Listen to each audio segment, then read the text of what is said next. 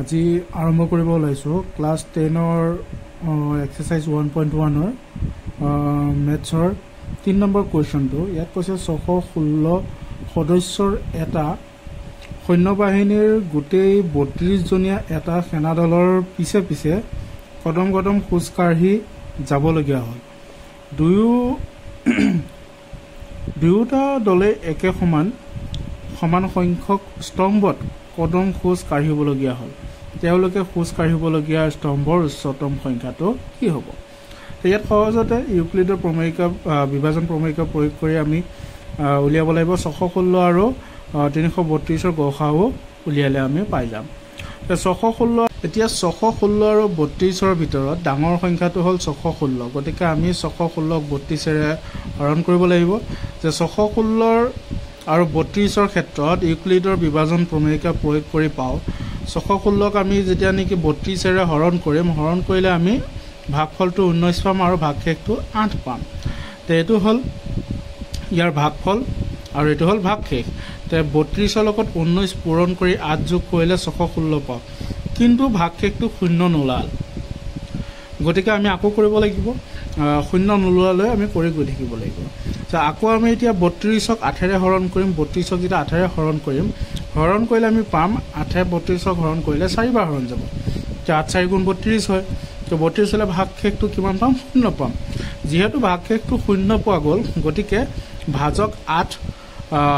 616 আৰু 32ৰ গসাও যোনটো ভাজক 8 আছে 8টো ইহঁতৰ গসাও হৈ যাব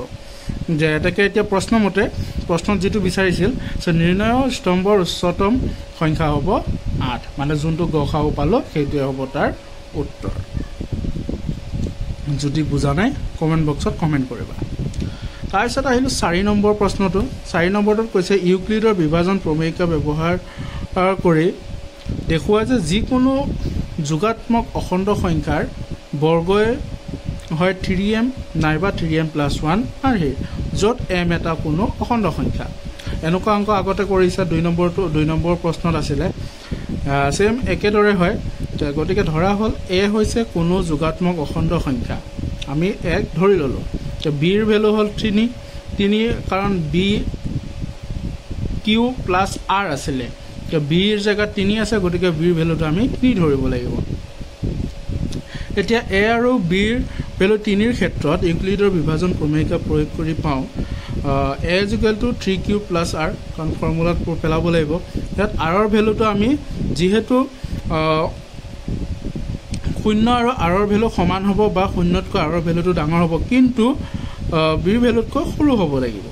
তো b ৰ ভ্যালু 3 আছিল গতিকে 3তকৈ সৰু গতিকে আমি 2 লৈ ধৰিব পাৰিম এতিয়া প্ৰথমতে r ৰ ভ্যালু আমি 0 ধৰি ললো তো a = 3q + r 3q + r ৰ ভ্যালুটো 0 ধৰা 3q পাই গলো আকৌ 1 ধৰিম 1 ধৰিলে r ৰ ভ্যালুটো 1 হৈ যাব r ৰ জায়গাত 1 বহি যাব তেনেকৈ 2 ললে r ৰ জায়গাত 2 বহি যাব তে প্ৰশ্ন মতে যে কোনো অখণ্ড সংখ্যাৰ m ৰ ক্ষেত্ৰত যোগাত্মক অখণ্ড সংখ্যাৰ বৰ্গত প্ৰকাশ ৰাখি যে আমি বৰ্গ কৰিব লাগিব তো প্ৰথমটো আছিল a = 3q পাইছিলো এটো a = এৰ ভ্যালুটো আমি 3q পাইছিলো গতিকে আমি বৰ্গ কৰিম a² = 3q whole square 3q whole square কৰিলে আমি মানে 3 দুটা পূৰণ হৈ আছে q দুটা পূৰণ হৈ আছে তো পূৰণ হলে 3 3 গুণ 9 আৰু q স্কয়াৰ ইয়াক আমি এতিয়া 3m যেটো ফৰ্মুলা আছে তাত আমি ভাগ কৰিব লাগিব গতিকে আমি এবাৰ 3 এটা কমন ল'ব পাৰো তে 3 হোল ইনটু 3q স্কয়াৰ ইয়াক আমি 3q স্কয়াৰটোক আমি m লিখিব পাৰো তে m ৰ ভ্যালুটো হৈ যাব 3q স্কয়াৰ আকৌ একেদৰে a² = 3q + 1 whole square both side আমি বৰ্গ কৰিলো তে বৰ্গ কৰাত আমি এটো a + b হোল স্কয়াৰ ফৰ্মুলাত পৰি আছে তে a² + 2ab + b² পৰি আছে a² মানে হ'ল 3q হোল স্কয়াৰ ইয়াত 3q হোল স্কয়াৰ মানে হ'ব 9q স্কয়াৰ প্লাস 2 3 গুণ 6 6 গুণ 6 গতিকে 6q প্লাস 1 স্কয়াৰ মানে 1 দুটা পূৰণ কৰিলে আমি 1 পাম গতিকে 1 গতিকে ইয়াৰ পৰা আমি যেটো ফৰ্মুলা আছিল 3q + 1 হেতু ফৰ্মুলাত আমি পেলাব হ'লে এমৰ ভেলুটো লাগিব কাৰণ 3m + 1 এমটো ওলাব লাগে লাষ্টত 1 লাগিব গতিকে +1টো থাকিব ইয়াৰ পৰা আমি 3 কমন ল'লে 3 3 গুণ 9 9q² ইয়াৰ পৰা 3 ডিভাইড হৈ গ'ল আৰু q² প্লাছ ইয়াৰ পৰা 3 6ক ডিভাইড কৰিলে 2 টাইম যাব ডিভাইড গতিকে 2 আহি গ'ল q2 ডিভাইড হৈ গ'ল প্লাছ 1 গতিকে m = 3q² + 2 আকৌ ঠিক একেদৰে ইয়াত 3q + 2 হোল স্কোৱাৰ এইটো a + b হোল স্কোৱাৰ ফৰ্মুলাত একেদৰে কৰিব লাগিব ইয়াৰ m ৰ ভেলুটো আমি পাই যামগৈ 3q² + 4q + 1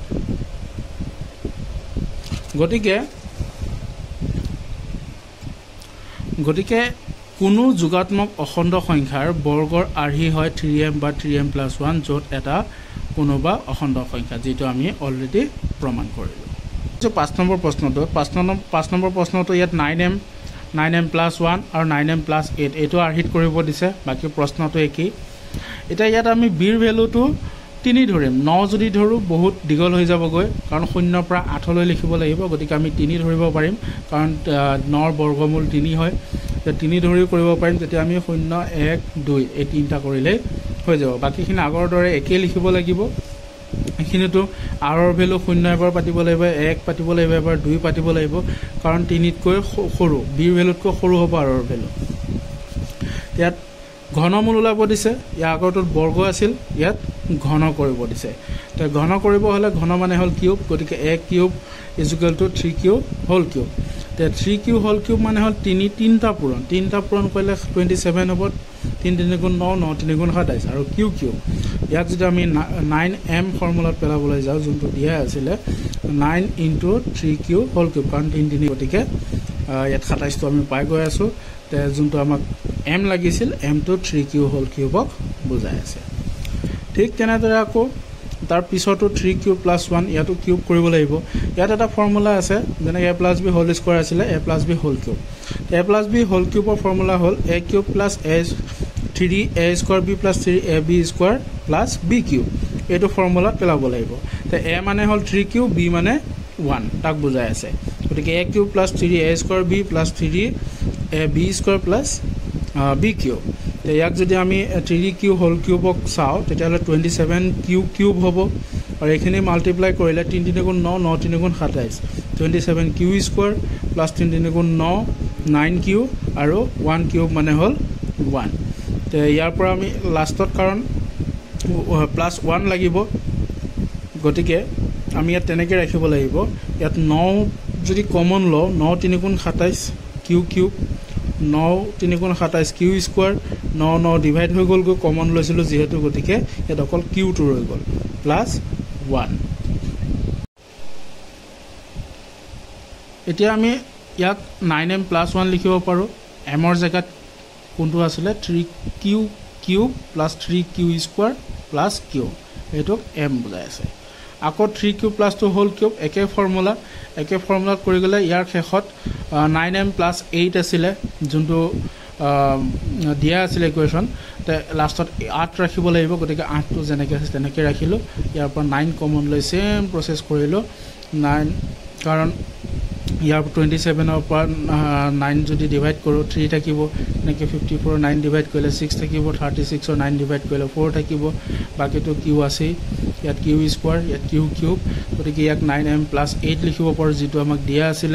তে m বুলি ক'লে 3q কিউব + 6q² + 4q বুজাই আছে গতিকে m = 3q cube + 6q² + 4q আমি লিখিব পাৰো যেটাকে কোনো যোগাত্মক অখণ্ড সংখ্যাৰ ঘনফল আৰ্হিৰ 9m + 1 বা 9m + 8 হ'ব যেটো আমি প্ৰমাণ কৰিলো তে কিবা যদি ইয়াত আৰু খুদিবলগীয়া আছে কিবা যদি বুজা নাই কমেন্ট বক্সত আহি কমেন্ট কৰিব পাৰা মই নিশ্চয় তোমালোকক বুজাই দিবলৈ চেষ্টা কৰিম